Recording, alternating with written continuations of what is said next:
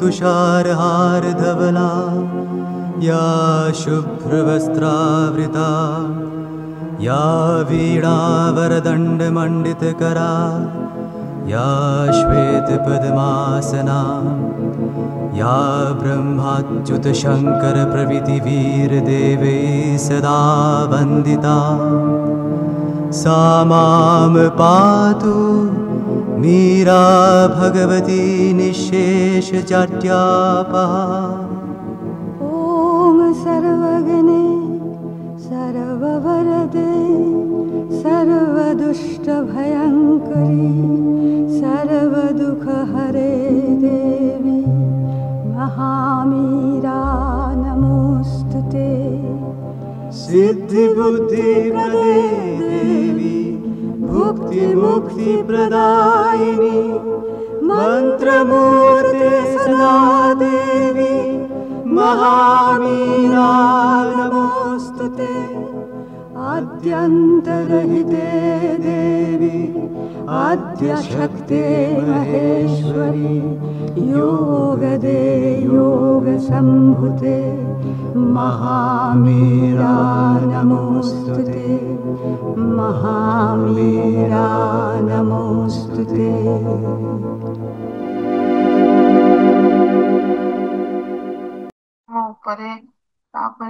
Cave ବିଭିନ୍ନ ଆହୁରି ପ୍ରାଚୀନ ସ୍ତରକୁ ଗଲେ ବିଭିନ୍ନ ଯୋଉ ରହିଛି ଆମର ଗୁମ୍ଫା ଭିତରେ ରହିଛି ପେଣ୍ଟିଂ ଯାହାକି ମାନେ ଏବେ ବି ଅକ୍ଷତ ଅବସ୍ଥାରେ ରହିଛି।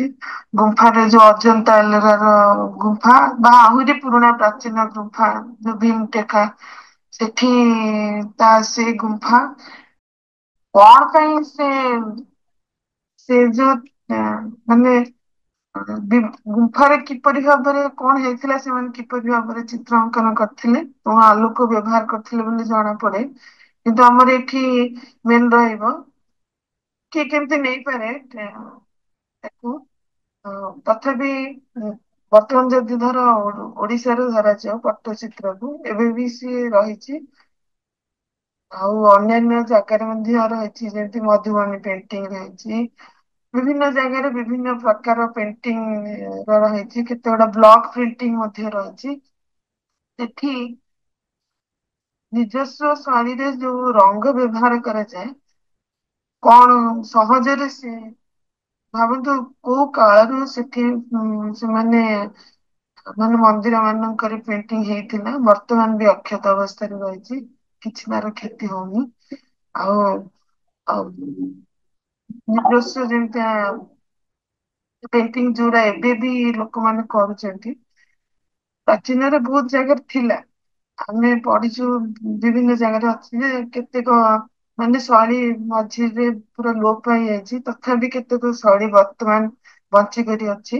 ସେଥିରେ ସେମାନେ କେଉଁ ରଙ୍ଗ ବ୍ୟବହାର କରନ୍ତି ସେଇ ରଙ୍ଗ ଆଉ ଆଧୁନିକ ରଙ୍ଗ ଭିତରେ କଣ ଫରକ ଅଛି ନା ଦିଟା ଯାକ ସମାନ ନିଶ୍ଚିତ ଭାବରେ ଅଲଗା ହେଇଥିବ। ତାଙ୍କ ଟେକ୍ନିକ କଣ କୋଉ ମିଡିୟମ ସେମାନେ ବ୍ୟବହାର କରୁଛନ୍ତି ଆଉ ଆକୁ କଣ ମାନେ ଆଧୁନିକତାରେ କୋଉ ଜାଗାରେ କିଛି ପ୍ରୟୋଗ କରାଯାଇଛି କି ବା ତାକୁ କିଛି ପ୍ରୟୋଗ କରା ହେଇପାରିବ କି ଏଇଭଳି ଭାବରେ ଆମେ ୟାକୁ ନେଇପାରିବା ଯେ painting technology in ancient India. ପ୍ରାଚୀନରେ କଣ ଥିଲା ତାକୁ ବି ପ୍ରେଜେଣ୍ଟ କରିହବ କେମିତି ଲୋପ ପାଇଯାଇଛି ବା ଯଦି କୌଣସି ଜାଗାରେ ଲୋପ ପାଇଯାଇଛି ଆଉ ଆଧୁନିକତାରେ ତାର ପ୍ରୟୋଗ କଣ ତାକୁ ମଧ୍ୟ ଆମେ ପ୍ରୋଜେକ୍ଟ ଆକାରରେ ଦର୍ଶାଇ ପାରିବା। ଦ୍ୱିତୀୟରେ ଦେଖିପାରୁଥିବେ ଏଠି ଅଛି ଆମର ବିଭିନ୍ନ ଶାସ୍ତ୍ର ରହିଛି ବିଭିନ୍ନ ପ୍ରକାର ଅତୀତର ଶାସ୍ତ୍ର ଯେମିତି ରହିଛି ବେଦ ଠାରୁ ଉପନିଷଦ ବିଭିନ୍ନ ପ୍ରକାର ଆମର ମାନେ କଣ ଟେକ୍ସଟ ସବୁ ରହିଛି ଗଚ୍ଛିତ ଆକାରରେ ଯାହାକୁ ଶାସ୍ତ୍ର କୁହାଯାଏ। କୋଉ ଶାସ୍ତ୍ରକୁ ବେଦ କୁହାଯାଏ ଆଉ କୋଉଠି ପୁରାଣ କୁହାଯାଏ ବିଭିନ୍ନ ପ୍ରକାର ଆମର ଶାସ୍ତ୍ର ରହିଛି ଯୋଉଥିରେ ମାନେ ଇଏ ହେଲା ପ୍ରାଚୀନ ଭାରତର ଆକ୍ଚୁଆଲି କଣ ପ୍ରମାଣ ଯେ ସେମାନେ ଲେଖିକି ଯାଇକି ଲିଖିତ ପ୍ରମାଣ ଯୋଉଟା ନଲେଜ ଆକାରରେ ଆମ ପାଖରେ ରହିଛି ବିଭିନ୍ନ ଲାଇବ୍ରେରୀରେ। ଯେମିତି ଏଇଟା ଗୋଟେ ମୁଁ ନେଇଛି କାହାର ଗୋଟେ ଇଣ୍ଟରନେଟରୁ ଆଣିଛି ଅର୍ଥଶାସ୍ତ୍ର ଉପରେ ଜଣଙ୍କର ଆର୍ଟିକେଲ। ଅର୍ଥଶାସ୍ତ୍ର ଯୋଉଟା ରହିଛି ଅର୍ଥଶାସ୍ତ୍ରରେ ଦେଖନ୍ତୁ ଆମେ ଭାବୁଥିଲୁ କୌଟିଲ୍ୟଙ୍କ ଅର୍ଥଶାସ୍ତ୍ର। ଅର୍ଥଶାସ୍ତ୍ରରେ ତ ବିଭିନ୍ନ ପାର୍ଟ ସବୁ ରହିଥିବ।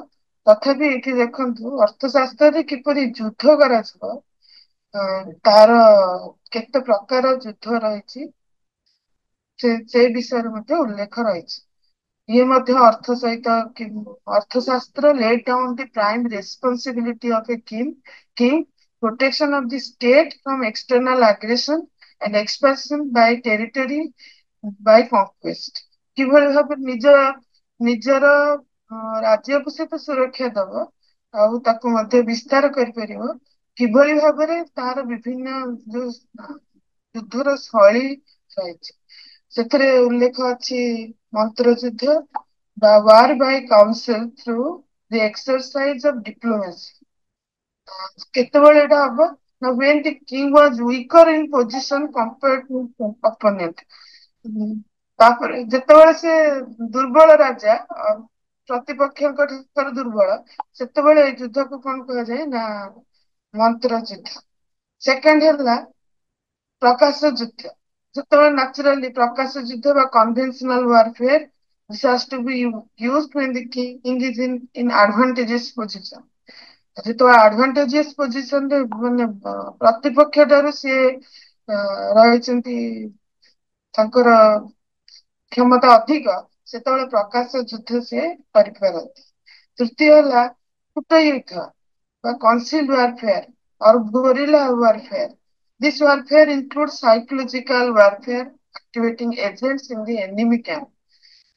enemy camp enemy camp ଭିତରେ ତାଙ୍କର ସ୍ପାଇକୁ ପଠେଇକି ଏଜେଣ୍ଟକୁ ପଠେଇକି ଏଇ ଯୁଦ୍ଧକୁ କରାଯାଏ। ଇଏ ପ୍ରକାଶ୍ୟ ଯୁଦ୍ଧ ନୁହଁ, କିନ୍ତୁ ପ୍ରକାଶ୍ୟ ଯୁଦ୍ଧଠାରୁ ମଧ୍ୟ ଆହୁରି ପ୍ରକାଶ୍ୟ ଯୁଦ୍ଧ ଭୟଙ୍କର, ଆହୁରି ତାକୁ ସାହାଯ୍ୟ କରେ।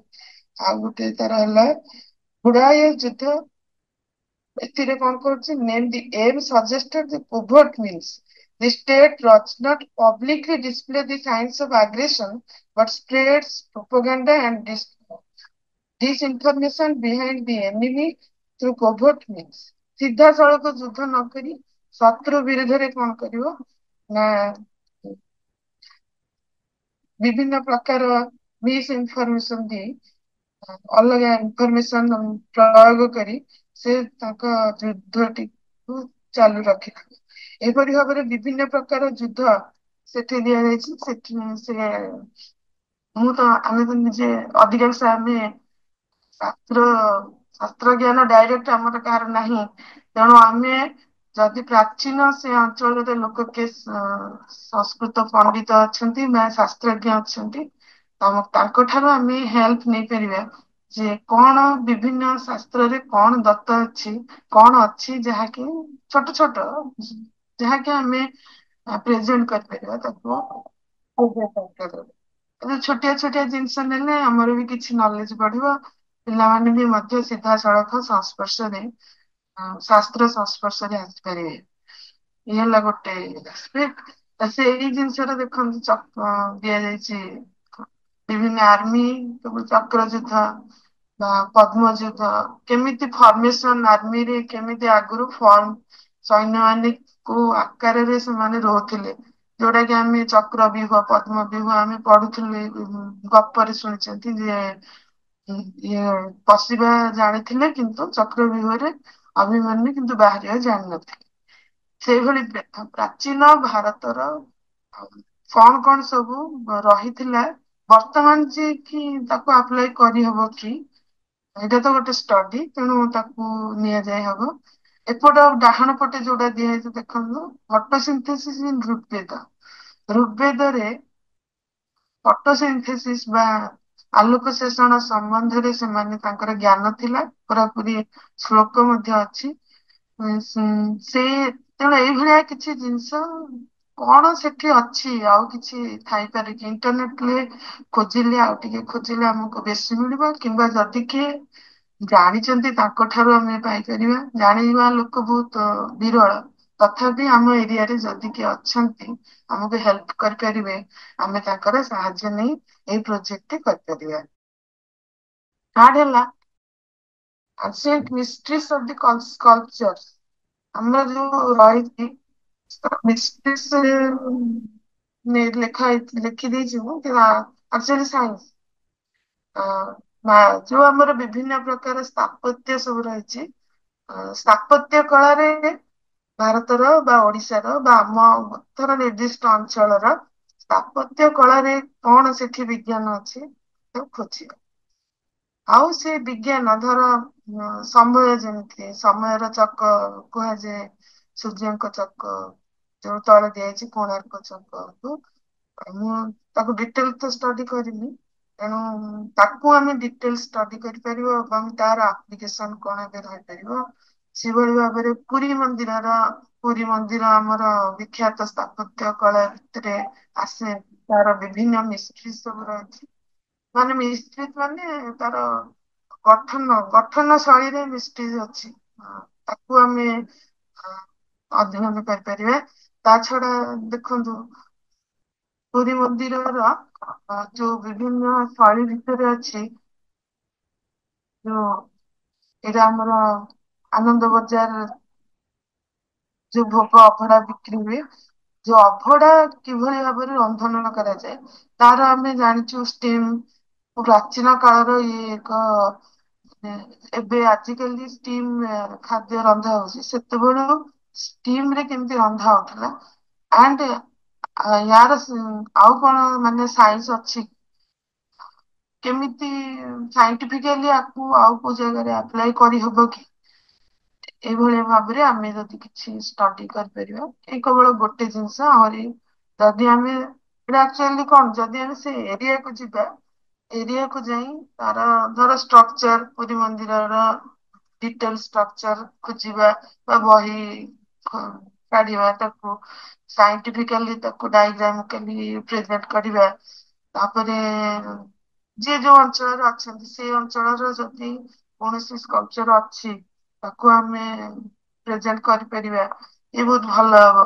ଏବଂ ତାର କିଛି ପାର୍ଟ ଅଛି କି, ଯେମିତି କଣ ଥିଲା ସେତେବେଳେ, ସେମାନେ ଆଜି ଯାଏ ଛିଡା ହେଇଛନ୍ତି, ଏତେ ଭୂମିକମ୍ପ ଏତେ ଆକ୍ରମଣ ପରେ ବି, ଶହ ଶହ ବର୍ଷ ପରେ ବି ଆଜିର ବୈଜ୍ଞାନିକ ମାନଙ୍କର କୃତି ଭାଙ୍ଗି ଯାଉଛି, ଧ୍ୱସ୍ତ ହେଇଯାଉଛି ସାମାନ୍ୟ ଭୂମିକମ୍ପରେ, କିନ୍ତୁ ସେମାନେ ସେମିତି ଷ୍ଟାଣ୍ଡ ଷ୍ଟିଲ୍ ଛିଡା ହେଇଛନ୍ତି।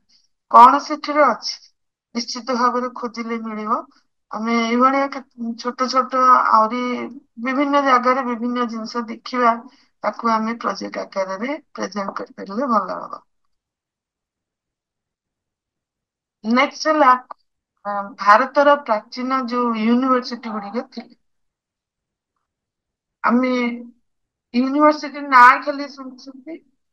ନାଳନ୍ଦା ବିଶ୍ୱବିଦ୍ୟାଳୟ ଥିଲା, ତକ୍ଷଶିଳା ଥିଲା, ସେମିତି ଏଠି ତଳେ ଉପରଟା ଯୋଉଟା ହଉଛି ପାହାଡପୁର, ଇଏ ହେଲା କୋଉଠି ନା ବାଂଲାଦେଶରେ।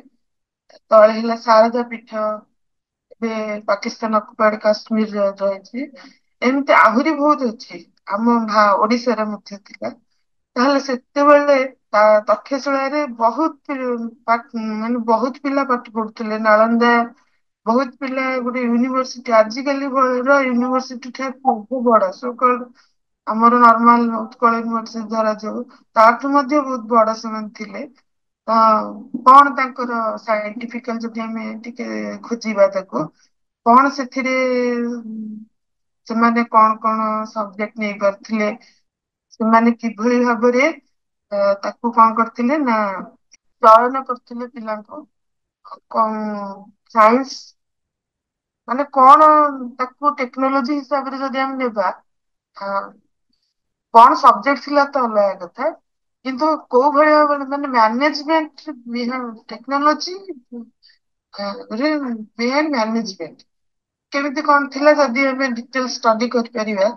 ଏଟା କଷ୍ଟକର ହବ, ତଥାପି ଆମେ ଚେଷ୍ଟା କରିବା। ସାଇନ୍ସ କଣ ଅଛି ସେଇ ୟୁନିଭରସିଟି ମାନଙ୍କରେ, କେମିତି କଣ ହଉଥିଲା, ତାକୁ ଆମେ ପ୍ରେଜେଣ୍ଟ କରିପାରିଲେ ବି ଭଲ ହବ। ଖାଲି ବି ଯଦି କଣ ୟୁନିଟ୍ ଥିଲା ତାକୁ ବି ହିଷ୍ଟୋରିକାଲ ପ୍ରୋଜେକ୍ଟ ଭଳିଆ ହବ, ବଟ୍ କିନ୍ତୁ ଯଦି ଲିଷ୍ଟ କରିକି ସେଥିରେ କଣ ଅଛି ଆମେ ଖୋଜିବା, ନିଶ୍ଚିତ ଭାବରେ କିଛି ସାଇନ୍ସ ମିଳିବ ଏବଂ ଇଏ ବି ଗୋଟେ ଭଲ ଷ୍ଟଡି ହବ। ଇଏ ହେଲା ଆମର ancient institutions of learning in this Indian subcontinent, ଭାରତୀୟ ଉପମହାଦେଶରେ କଣ କଣ ପ୍ରାଚୀନ ବିଶ୍ୱବିଦ୍ୟାଳୟ ଥିଲା ବା ତାହାକୁ ଆମେ ତାକୁ ପ୍ରେଜେଣ୍ଟ କରିବା, ଇଏ ଗୋଟେ ତାର ଆସ୍ପେକ୍ଟ। ସେଭଳି ଭାବରେ ଭାରତରେ ପ୍ରାଚୀନ ଭାରତରେ କେମିଷ୍ଟ୍ରିରେ ବିଶେଷତଃ ଧାତୁର ପ୍ରୟୋଗ ବହୁତ ଜଣା ଥିଲା ସେମାନଙ୍କୁ। ତାର ଏକ୍ସାମ୍ପଲ ଯୋଉ ଆଇରନ୍ ପିଲାର ବାଁ ପଟେ ଯୋଉଟା ରହିଛି ଆଇରନ୍ ପିଲାର, ଦେଖନ୍ତୁ ଆଇରନ୍ ପିଲାର ଛିଡା ହେଇଛି ଯୋଉଟା କି କୁତବ ମିନାର ସମ୍ମୁଖରେ ଅଛି। କୁତବ ମିନାର ସେ ନୁହଁ, କାରଣ ସେଥିରେ ଯୋଉ ଇନସ୍କ୍ରିପସନ ଅଛି, ଇନସ୍କ୍ରିପସନ ଅଲଗା ଭାଷାରେ ଲେଖା ହେଇଛି ଏବଂ ତାର ଅର୍ଥ ଅଲଗା। ବହୁ ପ୍ରାଚୀନ କୁତବ ମିନାର ର ଯୋଉ ରହିଛି ଅଂଶ ଠାରୁ ସିଏ ତାର ଆଇରନ୍ ଡେଟ୍ କଲେ ସିଏ ବହୁତ ପୁରୁଣା ଏବଂ ସେଥିରେ କଳଙ୍କି ଲାଗେ, ବର୍ଷ ବର୍ଷ ଧରି ବାହାରେ ରହିଥିଲେ ମଧ୍ୟ ସେ ନଷ୍ଟ ହଉନାହିଁ। କଣ ସେମାନେ କଣ ମିଶେଇଥିଲେ ସେଥିରେ ଯେ ଆଜି ଯାଏ ସେ କଳଙ୍କି ସେଥିରେ ଲାଗୁନି। ଇଏ ଅତି ଆଶ୍ଚର୍ଯ୍ୟଜନକ ଲୋକମାନଙ୍କ ପାଇଁ, ଏ ବି ସେ ରହସ୍ୟମୟ। ଷ୍ଟଡିକୁ ନେଇ ତାକୁ ବି ନେଇ କରାଯାଇପାରେ। ତାପରେ ବିଭିନ୍ନ ପ୍ରକାର ଆମର ଯୋଉ ରହିଛି ଧାତୁ, ସୁନା ହଉ, ରୂପା ହଉ, ବ୍ରୋଞ୍ଜ ହଉ ବା ଲୁହା ହଉ ବା ତାକୁ କେମିତି ତରଳେଇକି ସେମାନେ କରୁଥିଲେ, ମେଟାଲୋଜିରେ ସେମାନେ ବହୁତ ଆଗୁଆ ଥିଲେ। ଆଉ କଣ ଧର ପାରଦ ହଉ ବା ଆଉ କିଛି କେମିକାଲ ସେମାନଙ୍କୁ ଜଣା ଥିଲା କି ତାର ଆପ୍ଲିକେସନ କଣ ଥିଲା, କେମିତି ଧାତୁର ଏକ୍ସଟ୍ରାକ୍ସନ ସେମାନେ କରୁଥିଲେ, କିଛି ତ ଆମେ ବର୍ତ୍ତମାନ ଦେଖାଯାଉନି, କୋଉଠି କାରଖାନା ଥିଲା ଭଳିଆ ଦେଖାଯାଉନି, କିନ୍ତୁ କଣ ସେ ଶୈଳୀ ଥିଲା, ସ୍କିଲ୍ ଥିଲା, ଯାହା ଫଳରେ ସେମାନେ ସେଥିରେ ସଫଳ ଥିଲେ, ଆମେ ତାକୁ ହିସାବରେ ଦେଇପାରିବା। ଏଇ ଯୋଉ ନାଗାର୍ଜୁନ ଜଣେ ରସାୟନ ଶାସ୍ତ୍ରର ତାକୁ ଜନ୍ମଦାତା ବୋଲି କୁହାଯାଏ। Nagarjuna ancient chemical scientist who discovered the methods of extraction of metals like silver, gold, tin, copper ଇତ୍ୟାଦି। ତାଙ୍କ ବିଷୟରେ ମଧ୍ୟ ଅଧ୍ୟୟନ କରାଯାଇପାରିବ। ଆଉ ଏପଟେ ବାଁ ପଟେ ଯୋଉଟା ରହିଛି ଅଗସ୍ତ୍ୟ ମୁନିଙ୍କୁ କୁହାଯାଉଛି ଇଲେକ୍ଟ୍ରିସିଟି, ଆଧୁନିକ ଇଲେକ୍ଟ୍ରିସିଟି ସିନା କୁହାଯାଏ ୟୁରୋପରେ ପ୍ରଥମେ ଜନ୍ମ ଲାଭ କରିଥିଲା, କିନ୍ତୁ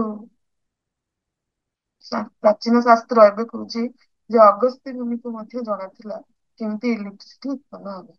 ତ ଏହା ବିଷୟରେ ଆଉ ଟିକେ ଅଧିକ ଡେପ୍ଥକୁ ଯାଇକି ତାପରେ ଆସିଲା ଭାରତର ଆଉ ଗୋଟେ ପ୍ରାଚୀନ ବିଜ୍ଞାନ ଯାହାକି ବହୁତ ଫେମସ ପୃଥିବୀରେ, ବର୍ତ୍ତମାନ ବହୁତ କ୍ରିୟାଶୀଳ ହବ କିଛି ଦିନ ମାନେ ଏବେ ଏଇ କିଛି ଦିନ ଭିତରେ ବହୁତ କ୍ରିୟାଶୀଳ ମଧ୍ୟ ହେଇଛି, ହେଲା ଆୟୁର୍ବେଦ। ଆୟୁର୍ବେଦରେ ବହୁତ ସଲ୍ୟୁସନ ଅଛି ଯାହାକି ଆଧୁନିକ ବିଜ୍ଞାନରେ ଏଲୋପାଥିରେ ନାହିଁ। ଆୟୁର୍ବେଦ ବିଜ୍ଞାନ normally based on medicinal plants. ଆଉ ଆଉ କଣ ଅଛି ମୁଁ ଟୋଟାଲି ଜାଣିନି, ଆକୁ ନେଇ ମାନେ ଆୟୁର୍ବେଦର ସ୍ୱତନ୍ତ୍ର, ଯେମିତି ଆଜିକାଲି କୁହାଯାଉଛି ଯେ ଆୟୁର୍ବେଦ ଆଖିର ସ୍ୱତନ୍ତ୍ର ଉପଚାର କରିପାରେ, ଯୋଉଟା କି ଆଧୁନିକ ବିଜ୍ଞାନରେ ନାହିଁ। Ayurveda can reverse diabetes, Ayurveda can reverse cancer, କେତେ ବହୁତ ଲୋକ ସେଥିରେ ଉପକାର ହେଇଛନ୍ତି। ତେଣୁ କେସ୍ ଷ୍ଟଡିକୁ ନିଆଯାଇପାରିବ ଏବଂ ଯଦି ଆୟୁର୍ବେଦ ଯେକୌଣସି ପ୍ଲାଣ୍ଟସ ନିଆ ହେଇପାରିବ କିମ୍ବା କୌଣସି ଭସ୍ମ ଚୂର୍ଣ୍ଣ ଯଦି କଣ ଅଛି, ଆମେ ସେ ଅଞ୍ଚଳରେ କିଏ ଅଛନ୍ତି ଆମକୁ ହେଲ୍ପ କରିବା ପାଇଁ, ତାକୁ ନେଇକି ମଧ୍ୟ ଆମେ ପ୍ରୋଜେକ୍ଟ କରିପାରିବା। ଆଉ ବେଶୀ ମାନେ କାହାକୁ ହେଲ୍ପ ନେଇ ପ୍ରୋଜେକ୍ଟ କରିବାଟା ବହୁତ ବେଟର ହବ। ନୂଆ ଧରଣର ଗୋଟେ ପ୍ରୋଜେକ୍ଟ ହେଇପାରିବ। ଇଣ୍ଟରନେଟ ତ ହେଲ୍ପ ଆମ ପାଖରେ ରହିଛି, ନେଇ ମଧ୍ୟ ପାରିବା। ଆଗରୁ ପ୍ରାଚୀନ ବୈଦ ମାନେ ଥିଲେ ଗାଁ ମାନଙ୍କରେ, ବର୍ତ୍ତମାନ ଧୀରେ ଧୀରେ ଲୋପ ପାଇଗଲାଣି। କିନ୍ତୁ ସେମାନଙ୍କ ନଲେଜ ଯଦି କୁହ, ଆମର ତ ଏଇଟା ଅଲ ଓଡିଶା, ଆଉ ଗାଁ ଗାଁରେ ଯଦି କିଏ ଅଛନ୍ତି ସେମିତିଆ, ତାଙ୍କଠୁ କିଛି ରେଫରେନ୍ସ ନେଇକି କିଛି ସ୍ୱତନ୍ତ୍ର ବିଷୟ ଉପରେ ଆମେ ଆମର କନସେପ୍ଟ ଟାକୁ ପ୍ରେଜେଣ୍ଟ କରିପାରିବା, ଯୋଉଟା କି ୟୁନିକ୍ ହବ ଏବଂ ସମସ୍ତଙ୍କର ଜାଣିବା, ସମସ୍ତେ ତାକୁ ଜାଣିପାରି ମଧ୍ୟ ପାରିବେ। ଆଷ୍ଟ୍ରୋନୋମି ଉପରେ ଭାରତୀୟ ବିଜ୍ଞାନ ବହୁତ ଆଗୁଆ। ବହୁତ ଆଗରୁ ସେମାନେ କହୁଥିଲେ ହେଲିଓସେଣ୍ଟ୍ରିକ ମଡେଲ, ଜିଓସେଣ୍ଟ୍ରିକ ମଡେଲ। ମତେ ଲାଗୁନି ଭାରତରେ କିଏ କହିଛନ୍ତି, କେତେ, କିନ୍ତୁ ସୂର୍ଯ୍ୟ କୈନ୍ଦ୍ରିକ, ସୌର କୈନ୍ଦ୍ରିକ ମଡେଲ ବହୁତ ଆଗରୁ ସେମାନେ ପ୍ରେଜେଣ୍ଟ କରିଛନ୍ତି। ବରାମିର ଦେଖ କହୁଛନ୍ତି ଯେ Indian says who predicted water discovery on Mars 1500 years, 1500 ବର୍ଷ ପୂର୍ବରୁ ସେ କହିଥିଲେ ଯେ ମଙ୍ଗଳ କେମିତି 1500 ପୂର୍ବରୁ କହିଥିଲେ ସେ ବିଷୟରେ ତ ଜଣା ନାହିଁ, କିନ୍ତୁ ଆଷ୍ଟ୍ରୋନମିରେ ଭାରତ ବିଜ୍ଞାନ ସ୍ପେସରେ ଏବଂ ଜ୍ୟୋତିର୍ବିଜ୍ଞାନ ସେଥିରେ ମାନେ ବହୁତ ଉନ୍ନତ ଥିଲା। କିନ୍ତୁ ସେମାନଙ୍କୁ ନିଆଯାଇପାରେ ପ୍ରୋଜେକ୍ଟ ହିସାବରେ, ଏବଂ ସେ ସାଇଣ୍ଟିଷ୍ଟ ମାନଙ୍କ ଲାଇଫକୁ ନେଇକି ମଧ୍ୟ ଆମେ ପ୍ରୋଜେକ୍ଟରେ କରିପାରିବା। ସେମାନଙ୍କର ସବୁ ସମସ୍ତ ଅଲଗା ଅଲଗା ଲାଇଫ, ଭାସ୍କର ଝିଅ, ଆର୍ଯ୍ୟଭଟ୍ଟ, ବରାମିର, ଆହୁରି କେତେ ଅଛନ୍ତି, ତାଙ୍କୁ ସେମାନେ ଜଣେ ଜଣେ ବି ଗୋଟେ ପ୍ରୋଜେକ୍ଟ ହେଇପାରିବେ ଏବଂ ବହୁତ ଇଣ୍ଟରେଷ୍ଟିଂ ହବ ଉପସ୍ଥାପିତ କଲେ।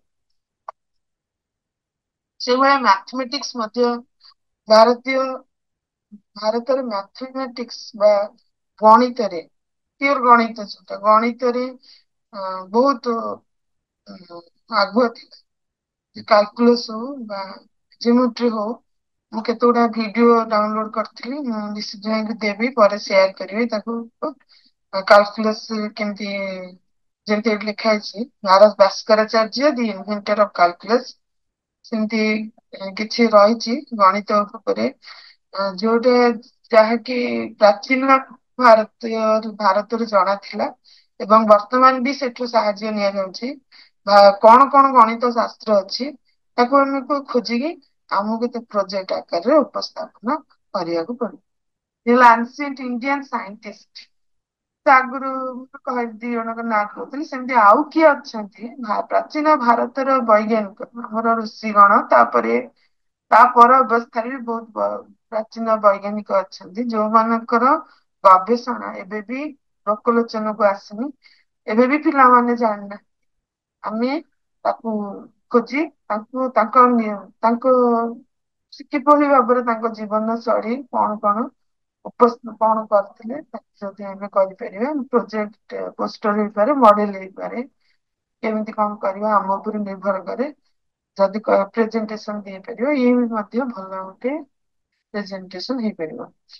ଗୋଟେ ସ୍ୱତନ୍ତ୍ର ସବଜେକ୍ଟକୁ ନିଆଯିବ ଯଦି, ୱାଟର ମ୍ୟାନେଜମେଣ୍ଟ ଇନ ଆନ୍ସିଏଣ୍ଟ ଇଣ୍ଡିଆ, ଇଣ୍ଡିଆଟା ତଳେ ଆନ୍ସିଏଣ୍ଟ ଇଣ୍ଡିଆରେ କିଭଳି ଭାବରେ ପାଣିର ସୁବ୍ୟବସ୍ଥା କରାଯାଇଥିଲା,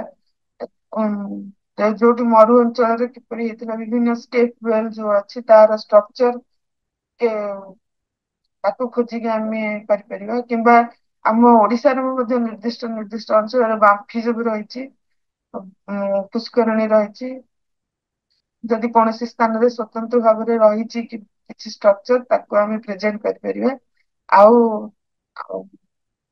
ଯୋଉ ସିନ୍ଧୁ ସଭ୍ୟତାରେ କେମିତି ସେମାନେ, ସେଟା ତ ବହୁତ ଉନ୍ନତ ଥିଲା, ତାକୁ ଆମେ ପୁରା ସାଇଣ୍ଟିଫିକାଲି ଥିଲା, ତାକୁ ଆମେ ପ୍ରେଜେଣ୍ଟ ମଧ୍ୟ କରିପାରିବା ମଡେଲ ଆକାରରେ, ମଡେଲ ହେଲେ ବେଶୀ ଭଲ ହବ।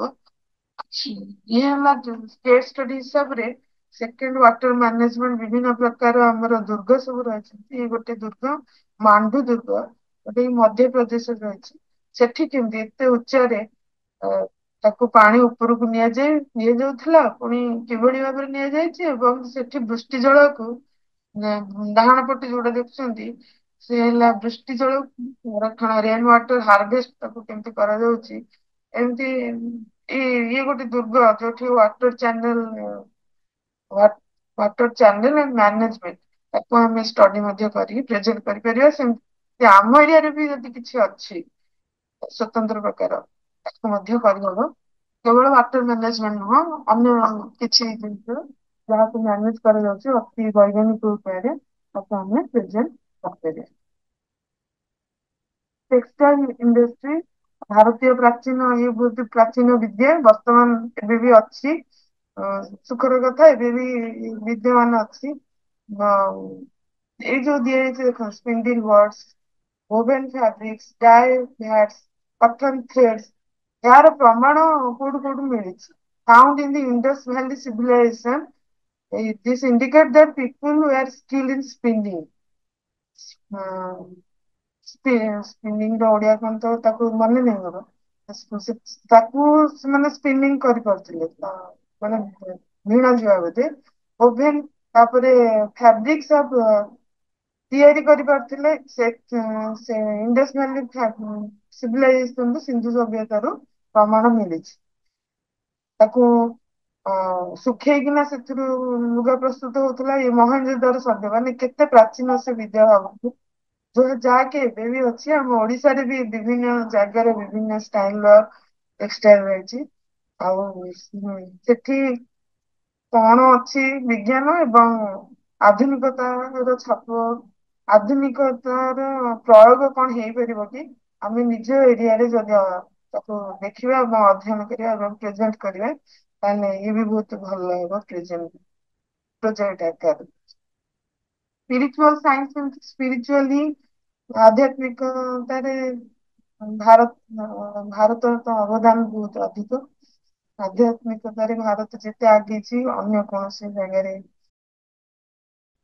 ତାର ତାର କାଣିଚାଏ ମଧ୍ୟ ନାହିଁ, ବା ସେଠି ଲୋପ ପାଇଯାଇଛି ଆଧୁନିକତାର ସ୍ପର୍ଶରେ ବା ଅନ୍ୟାନ୍ୟ କୌଣସି କାରଣରୁ।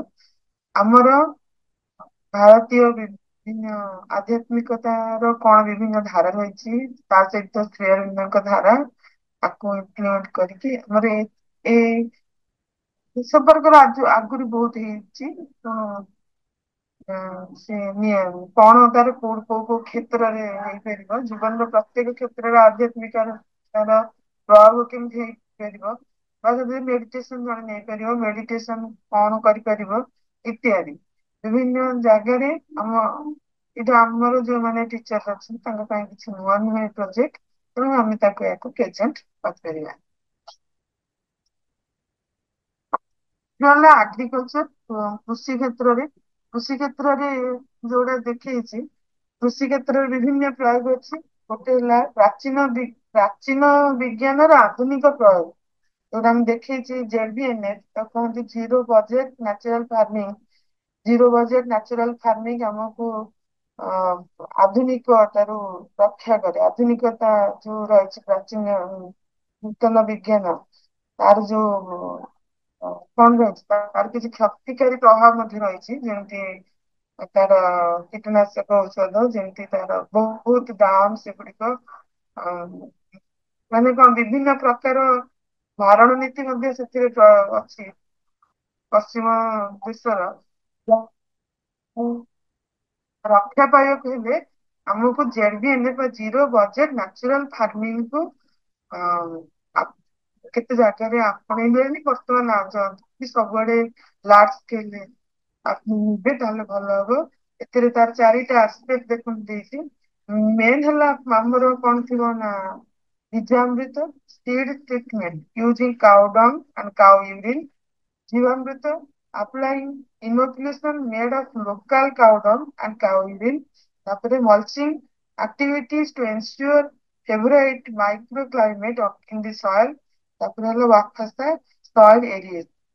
ଏଇ ଚାରିଟା ତାର ଆସ୍ପେକ୍ଟ। ଏହାର ମୁଖ୍ୟ ହେଲା ଏଥିରେ ବିଶେଷ ଖର୍ଚ୍ଚ ନାହିଁ, କୀଟନାଶକ ଔଷଧ ଏଥିରେ ପ୍ରୟୋଗ ହବନି, ପୁରାପୁରି ଅର୍ଗାନିକ ଫାର୍ମିଂ। ପୁରା ଦିଟା ତାର ଆସ୍ପେକ୍ଟ ରହିବ। ଗୋଟେ ଆସ୍ପେକ୍ଟ ରହିବ ଗାଈ ଡାଏରୀ ଡେରି ଫାର୍ମ ରହିବ, ଆଉ ଗାଈ ମାନଙ୍କୁ ନେଇ ତାଙ୍କର ଜିନିଷ ମାନେ ଦେଶୀ ଗାଈ ତାଙ୍କର ଗୋବର ଏବଂ ତାଙ୍କ ୟୁରିନ ଗୋମୂତ୍ରରୁ ବିଭିନ୍ନ ଜିନିଷ କେମିତି ତିଆରି କରି ପ୍ରୟୋଗ ହେଲେ ଆମ ଯୋଉଠି ଚାଷ କରାଯିବ ସେ ଅଞ୍ଚଳରେ ଭଲ ଫସଲ ହେବ ଏବଂ ସେଥିରେ କୌଣସି ବିଷାକ୍ତ ଜିନିଷ ରହିବ ନାହିଁ। ଏ ହେଲା ତାର ଆଧୁନିକ ପ୍ରୟୋଗ, ଯୋଉଟା କି ବିଭିନ୍ନ ଷ୍ଟେଟ ରେ ସେମାନେ ଗ୍ରହଣ କଲେଣି। କେତେକ ଷ୍ଟେଟ ପୁରାପୁରି ଗ୍ରହଣ କଲେଣି। ଏଇ ତାକୁ ଷ୍ଟଡି କରିକି ଆମେ ଆପ୍ଲାଏ କରିପାରିବା, ମାନେ ପ୍ରେଜେଣ୍ଟ କରିପାରିବା। ୟା ଛଡା ଆଗ୍ରିକଲଚର ବିଭିନ୍ନ ପ୍ରାଚୀନ ଟେକ୍ନିକ ରହିଛି, ତାକୁ କେମିତି କଣ କରାଯାଇ ପାରିବ, ଆଧୁନିକତାର ଦିଆଯାଇ ପାରିବ କି, ଆମେ ତାକୁ ମଧ୍ୟ ଉପସ୍ଥାପନ କରିପାରିବା।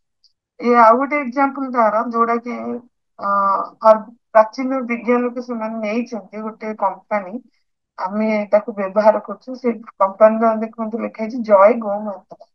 ଜୟ ଗୋମାତା ମାନେ ମସ୍କିଟୋ ରିପେଲାଣ୍ଟ ତିଆରି କରୁଛନ୍ତି, କେମିକାଲ ଫ୍ରି। ତାପରେ ଜଳୁଛି ମଧ୍ୟ ଭଲ। କିନ୍ତୁ ଆପଣ ଜଳେଇଲେ ନର୍ମାଲ ମସ୍କିଟୋ ରିପେଲାଣ୍ଟ ଧୂପକୁ ଯଦି ଜଳେଇବେ, ସେ ଘର ଭିତରେ ବସି ହବନି। ଏଠି ସେମାନେ ବି କହୁଛନ୍ତି ଆଗେ ତାକୁ ଜଳେଇକି ତାକୁ ଝରକା ଖୋଲିଦେଲେ ମଶା ସବୁ ପଳେଇବେ, ଯୋଉଟା କି କେମିକାଲ ଫ୍ରି ସାଧାରଣତଃ, କାରଣ ସେମାନଙ୍କର ବେସ୍ ହେଲା ଗୋବର। ତା ଛଡା ଅନ୍ୟାନ୍ୟ ଏଠି ଦିଆଯାଇଛି ଚିତ୍ର, ଯୋଉ କ୍ଲୋଭ, ଜେରାନିୟମ, କ୍ୟାଟନିପ୍, ତାପରେ କରଞ୍ଜ, ସିଟ୍ରୋନେଲା, ରୋଜମେରୀ, ଏମିତି କେତେକ ପ୍ଲାଣ୍ଟ ର ଏସେନ୍ସ ମାନେ ନେଇ ତାକୁ ପ୍ରୟୋଗ କରିଛନ୍ତି ଏବଂ ସେଥିରେ ତିଆରି କରିଛନ୍ତି ମସ୍କିଟୋ ରିପେଲାଣ୍ଟ ଧୂପ କାଠି। ତାର ଲିକୁଇଡ ମଧ୍ୟ ରହିଛି, ଯାହାକି ଯାହାକି ମାନେ ପ୍ରୟୋଗାତ୍ମକ କ୍ଷେତ୍ରରେ, ବ୍ୟବହାରିକ କ୍ଷେତ୍ରରେ ସଫଳ ମଧ୍ୟ ହେଇଛି। ତେଣୁ ଇଏ ଗୋଟେ ପ୍ରାଚୀନ ବିଜ୍ଞାନକୁ ନେଇକି ସେମାନେ ଆଧୁନିକତା ନିଜେ ଦେଖନ୍ତୁ, ତାପରେ ସେଥିରୁ ବ୍ୟବସାୟ କ୍ଷେତ୍ର ମଧ୍ୟ ସଫଳ ହେଇଛନ୍ତି ବା ହେବାକୁ ଚେଷ୍ଟା କରୁଛନ୍ତି, ଚଲେଇଛନ୍ତି। ଏବେ ମଧ୍ୟ ତାଙ୍କ ଏଗୁଡା ସବୁ ବିକ୍ରି ହଉଛି, ଆମେ ତାକୁ ବ୍ୟବହାର କରୁଛୁ। ତେଣୁ ତାକୁ ସେଇଭଳିଆ ଆମେ କିଛି କରିପାରିବା କି, ବା ସେଇଭଳିଆ କିଛି ତିଆରି କରିବାର, ତିଆରି କୋଉଠି ହେଇଛି କି ଆମ ଏରିଆରେ, ତାକୁ ମଧ୍ୟ ଆମେ ଉପସ୍ଥାପନ କରିପାରିବା।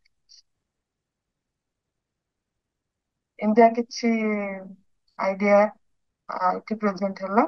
ୟା ଛଡା ଅନ୍ୟାନ୍ୟ ଆଇଡିଆ ମଧ୍ୟ ରହିଛି, ତେଣୁ ଅଲ୍ ଆଇଡିଆସ୍ ଆର୍ ୱେଲକମ୍।